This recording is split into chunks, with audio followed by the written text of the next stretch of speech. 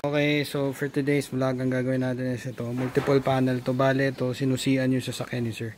Yun lang, ang naging problema, hindi ko na na-videoan kanina. Pero yan, mahaba po yan. Okay guys, ayan, nagbubuga na po tayo. Nakita nyo, ayan, medyo na-top coat na natin yan. Pang ilang layer pa lang yan. So, ayun nga, again, ulitin ko, makapal tayo mag-top coat para kahit makailang buff kayo, makapal pa rin siya, hindi siya kumbaga mapapanot ka agad. Ayan. Tsaka pwede nyo pag nagasgasan kayo ng konti, pwede nyo yung buff, matatanggal siya kasi makapal yung top coat natin. So okay guys, ayan na po yung ating Avanza. Ayan na po, nakita nyo yung kulay nya.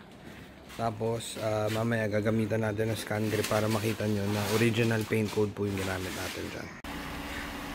So, ito naman, ang gagawin natin, since natapos na natin pinturahan yung kailangan pinturahan, ang nag-additional si sir, full buff niya, whole body yung sasakyan. So guys, yan na po, pinabuff na natin. Nakita nyo, napaka-rental. So, itong part na po, yan yung mga nalihan na natin.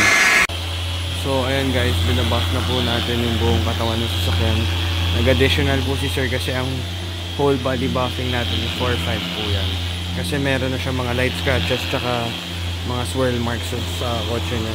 Since brand new to, syempre nakakainaya nga naman kung gano'n. Syempre gusto niya kuminta brand lahat. Tapos dito naman sa side na to, ayan na po, napinturahan na natin yung kanyang buong side nung kanyang Toyota Veloz. Kakabit na lang natin mamaya yun nandito para makita niya. So okay na po yung pintura ng ating Veloz.